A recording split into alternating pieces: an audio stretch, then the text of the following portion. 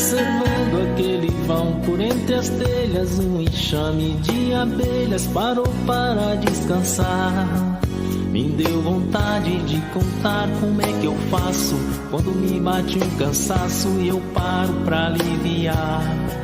Tão diferente das abelhas pequeninas descansando lá em cima, eu prefiro aqui no chão, olhando o céu por entre as folhas que balançam, com o vento embalando a dança, me acalmando o coração. Aqui eu nunca me aborreço e nem me zango. Bioma dos Curiangos é o nome desse lugar. A natureza não tem pressa e eu tão pouco. Vejo as nativas do oco, flor em flor polinizar.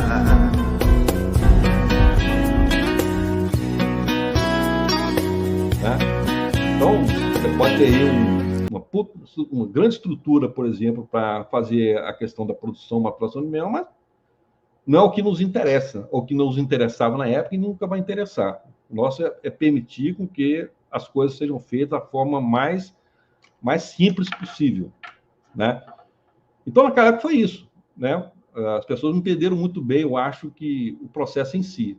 Mas continuamos, o processo foi comercializando e com o tempo as pessoas foram pegando essa metodologia, né? E tem a questão da própria legislação, né? Que vocês sabem que o RISPOA não prevê a maturação, tinha um problema da legislação, que não permitia que fosse comercializada, obtivesse o selo, né? Do Ministério da Agricultura, né? Mas depois fizeram vários estudos. Desde aquela época, várias vezes tinham insistido com várias universidades, para pesquisar essa questão de maturação, mas ninguém se interessou pelo processo. E me parece que foi no Paraná, alguém fez algum trabalho desse, começou esses estudos, estimulado pelo Jerônimo Vilas Boas, que tem acompanhado esse processo há muitos anos, e aí começou a aparecer os primeiros resultados de análise de estudos científicos do processo de maturação, que acabou, inclusive, culminando com algumas legislações estaduais que conseguiram reconhecer esse processo como factível, né, como um processo aceitável, né? Então assim, lembrando só que ele tem esse processo, né, que aconteceu, que as pessoas ignoraram muito dessa realidade que a gente vivenciou, né? Bom, vamos avançar um pouco aqui, vou mostrar aqui a questão das práticas de extração e gerenciamento. Observe, a gente está numa comunidade que ela está a 35 quilômetros distante. Você não tem água de qualidade, né? Não tem. Normalmente são cacimbas, não dá para confiar na qualidade dessas águas para trabalhar, manipular mel. A única alternativa que se tinha... Aí você tem o problema também do vasilhame, que você tem que pegar um vasilhame, tem que lavar, desinfetar. E você sabe que a técnica de você fazer um processo desse, no local desse, é muito complicado. A única solução viável foi fazer exatamente o quê? As pessoas compravam água mineral, né?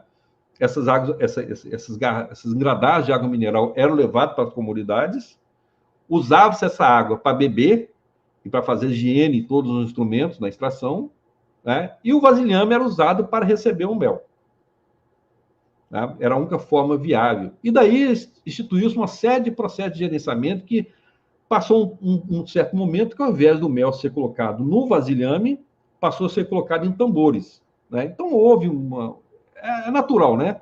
As pessoas vão melhorando a técnica, sem encarecer muito, vão descobrindo uma certa rotina que pode ser adotada para otimizar o processo de extração, e valorizou muito a questão comunitária, uma questão comunitária que normalmente a gente não pensa muito sobre essa importância disso, né?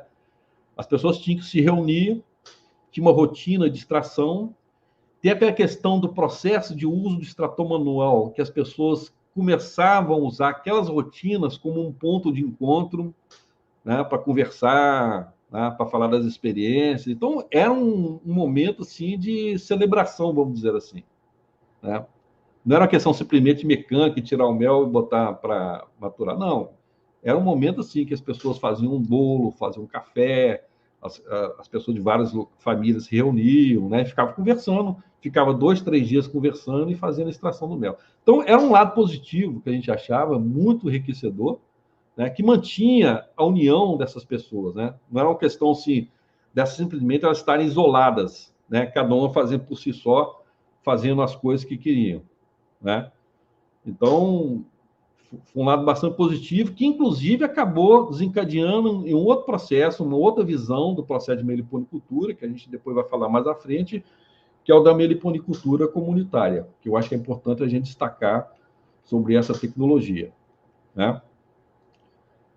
Bom, aqui só para mostrar para vocês o seguinte, uma coisa que normalmente as pessoas não falam. Essa caixa aqui foi a caixa padrão que foi usada para as comunidades para extração de mel. É uma caixa que chama de...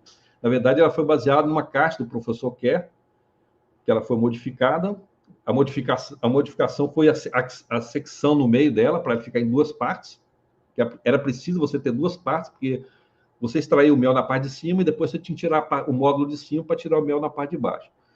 E por que eu estou falando isso? Porque o professor Kerr, ele fez um trabalho muito interessante, que era a livre docência dele na Universidade do Maranhão, que ele mediu qual seria o modelo de caixa que fosse recomendado para a produção. Engraçado é isso, né? Que você não vê muito ninguém falando disso, né?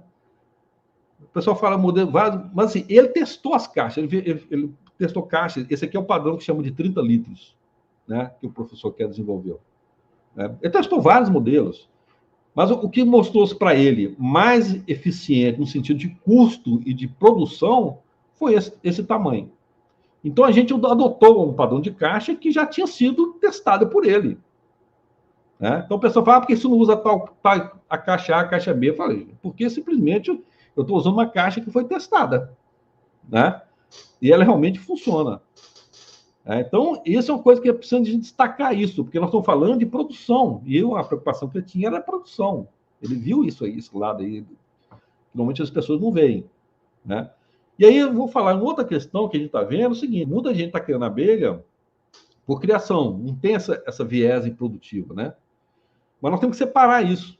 O viés produtivo ele tem que ser trabalhado de uma forma diferente da criação simplesmente de abelhas. Criação... objetivo só de criar.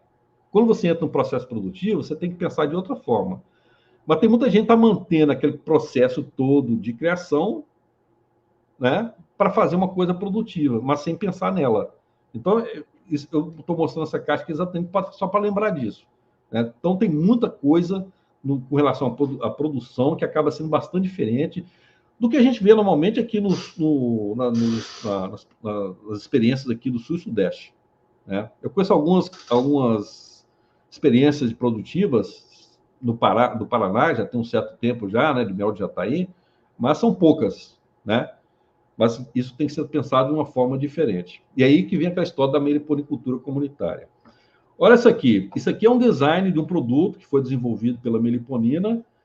Né? Você vai ver aqui do lado, o lado esquerdo, nós temos o que chama de como é que se diz? Mel com pólen, tá? Isso aqui é mel com pólen.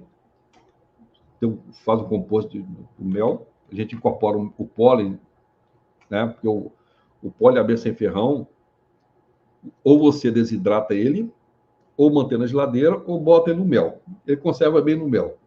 Mas olha só, essas três aqui. Essas três aqui são de abelha tiúba, né? Praticamente do cerrado, e todas elas têm características completamente diferentes quanto ao paladar. Né? Que desembocou, inclusive, em várias experiências que foram feitas durante muito tempo sobre determinados tipos de pratos que eram feitos com um sabor ou com o outro, entendeu? Então, tem essa diferença. Alguns preferem fazer um prato usando o mel, por exemplo, de limoeiro, outros preferem fazer o mel lá de belágua, outros preferem fazer o mel, entendeu? Então, assim, é a mesma abelha, o mesmo bioma, mas são de comunidades muito diferentes. né?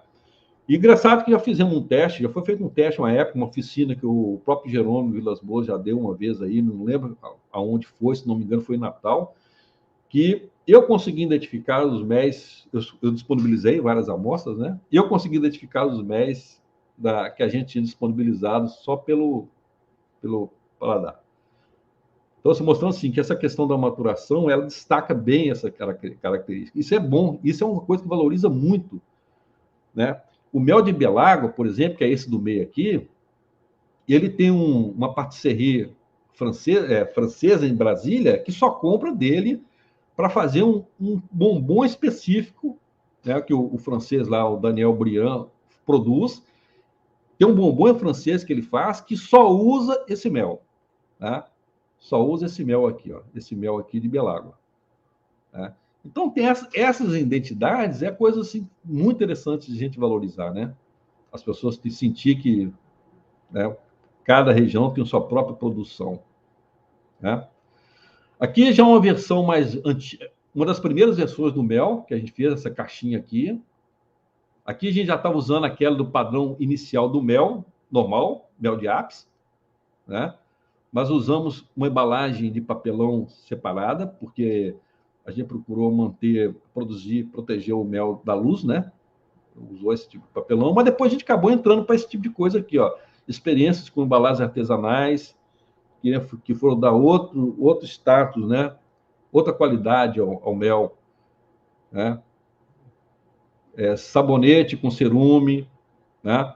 Aqui temos polidesidratado.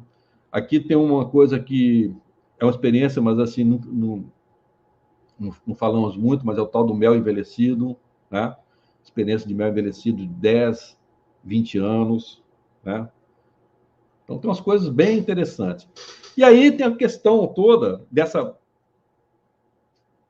processo todo, que a gente entra na questão da comercialização, né? A meliponina já foi uma empresa, ela teve que ser fechada porque não tinha condições de suportar o processo. Ela acabou virando como é que se diz, um movimento social, né? Já não tinha registro, mas fazia parte do que a gente chamava de condomínio de negócios, que era um acordo que se estabeleceu para permitir com que os MEs dos produtores fossem comercializados dentro daquela que a gente chama de comércio justo e solidário, né? Ou seja, eu tenho um mel, eu tenho um mel que posso vender caro, mas eu sempre acabo negociando um preço muito barato para o produtor. E eu acho muito injusto quando você baixa para o produtor, sei lá, R$30 o litro e eu vou vender por 120, né? Então, isso precisava ser um pouco mais equilibrado, né, considerando o valor do mel, né? Então, houve esse acordo, através que chama de condomínio de negócio, né? Outra experiência nossa também, que aí a gente incorporava nesse condomínio os produtores, né? Os vendedores também, as pessoas que tinham vendas, né? A gente tinha acordos de vendas, né? Taxas de venda, né? Porque não podia permitir com que as pessoas comprassem o mel e vendessem a qualquer preço, nós tínhamos um certo controle disso. E tinha aquele grupo lá que fazia a parte toda mais pesada, aquela do processamento do mel, entendeu? Aquela questão toda da parte legal de mercado. Entendeu? Então, havia muita questão aí de, assim, não era uma coisa assim, vamos dizer assim, do ponto de vista de negócio fosse vantajoso, né? Mas pelo menos mantinha o processo funcionando, né? É uma coisa mais própria para quem chama de investidor, né? Investidor anjo, né? O cara está apostando numa experiência e está vendo o que pode ser tirado a partir dessa experiência, né? E aí, a partir daí, nós fomos para um passo além, ao que eles chamam de meliponicultura comunitária, né? Que aí, já, na verdade, é uma tecnologia social, que é o seguinte: trata-se de um sistema de criação que resulta da sinergia do envolvimento coletivos, orientado para o desenvolvimento da comunidade e regido por normas legais e regulamentos concertados local e participativamente, né? Seus resultados são mensurados na transformação positiva da qualidade de vida da comunidade produtora e na preservação do meio ambiente. Ou seja, meliponicultura comunitária não é você ter um meliponário com todo mundo criando ao mesmo tempo, né? Não é isso, né? Aí tem que pensar nessa lógica. Vamos supor aqui, ó, eu tenho um terreno, né? Tem os proprietários, que estão lotes isso aí, e cada um deles cria abelha. As abelhas que estão nesses meliponários, eles têm um raio de ação X, que muitos deles se sobrepõem por outros lotes. Há uma sobreposição, né? E há no todo um conjunto de áreas que os criadores se dispõem para ter as abelhas coletando nas flores, nesses limites da capacidade de voo dessas abelhas.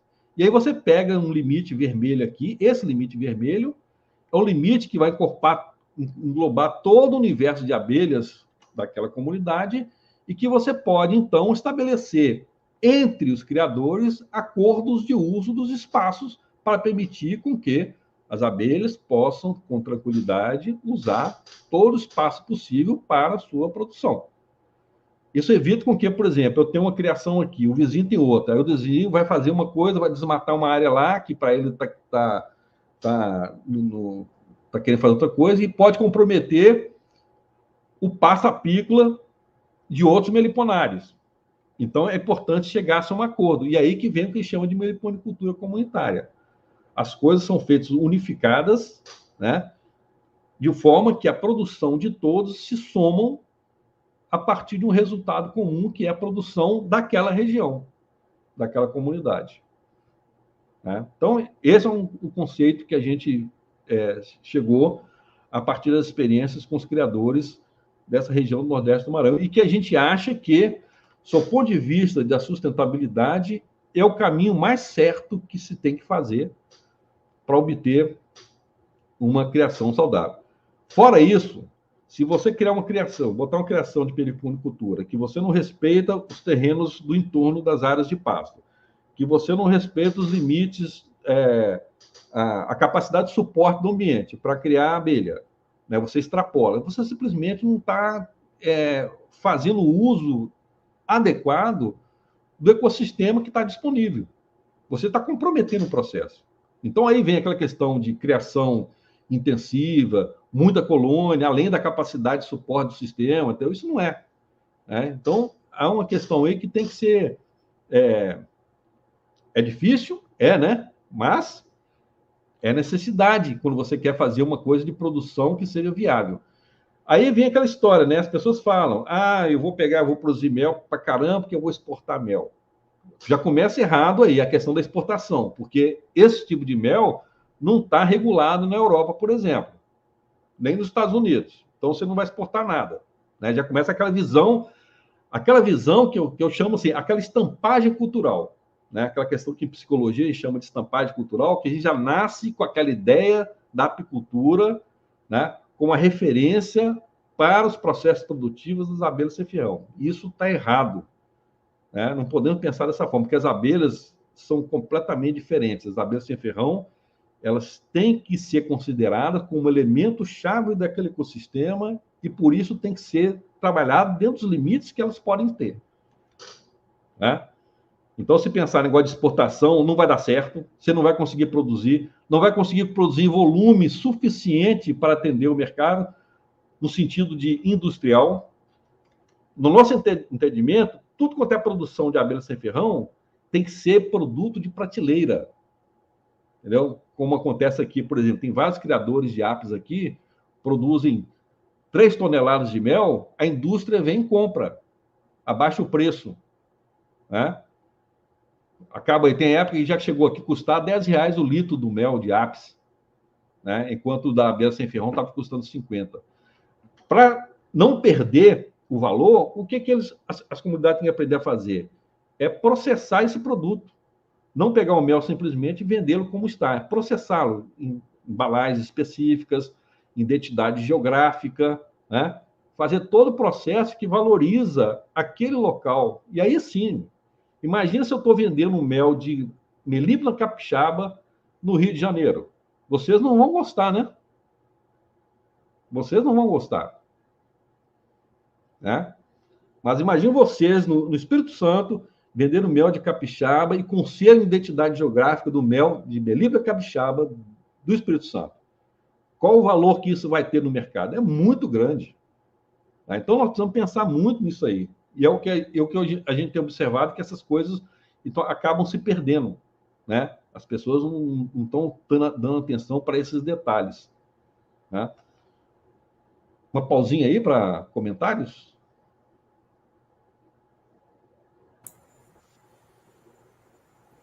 Tem uma pergunta aí, Murilo. Perguntaram sobre o mel com pólen. Como é o processo, como é fabricado, essas coisas. Se você tem alguma informação para passar. Foi o Vilmar, eu vou botar aqui a pergunta dele. Não, o mel com pólen, o seguinte, o que já fizemos experiência do mel desidratado a frio. A gente consegue fazer um mel desidratado a frio, mas o mel, desculpe, o pólen desidratado a frio, o pólen, ele libera um gás, você bota em geladeira, a gente fez um teste com geladeira comum, acabou danificando a geladeira, né? Porque elas têm amônia, né, no gás, libera um gás que acaba danificando a geladeira. Aí uma solução que a gente encontrou é o seguinte, a gente, para cada... pega o pólen, eu acho, se não me engano, 10:1, né? Ou seja, para 100 gramas de pólen, eu coloco 1 litro de mel para fazer o molho. O molho agridoce. Estava tentando lembrar o nome. É o molho agridoce de mel com pólen, que é uma delícia. É uma delícia. Você pega aquele molho, você bota em salada, entendeu? O café da manhã, fica uma delícia. Então, a gente faz isso. A gente pega o pólen, misturei nessa proporção de 100 gramas de pólen para 1 litro de mel, né? E deixa guardado lá. Mistura bem, né? Deixa guardado. Aí você comercializa dessa forma. Né? Murilo?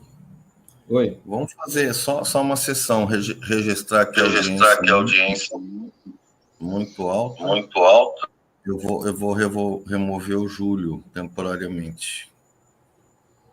Só enquanto parou o eco, né?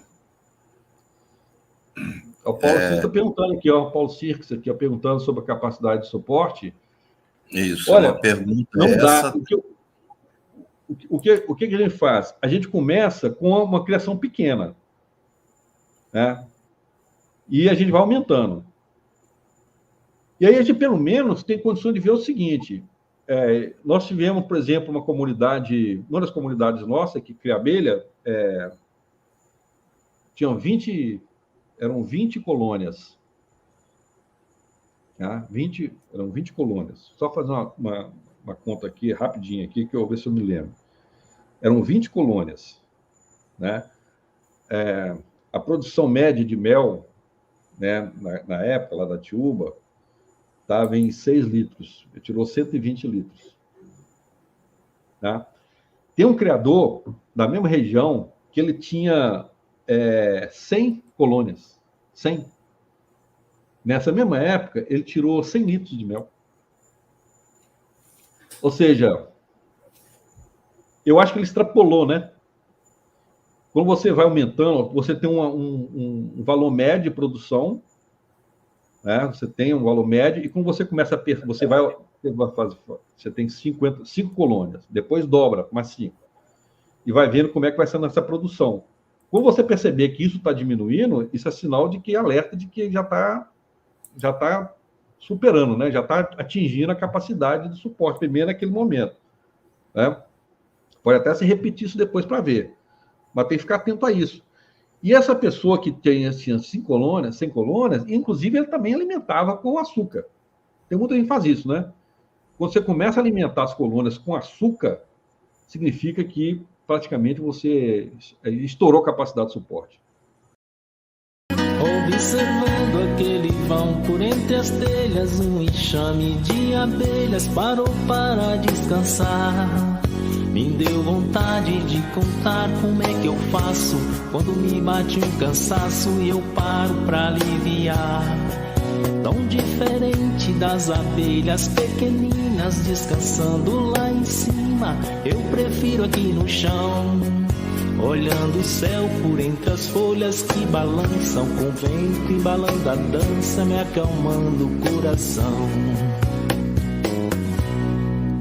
Aqui eu nunca me aborreço aborreço e nem me zango. O bioma dos curiangos é o nome desse lugar. A natureza não tem pressa e eu tampouco. Vejo as nativas do oco, flor em flor polinizar.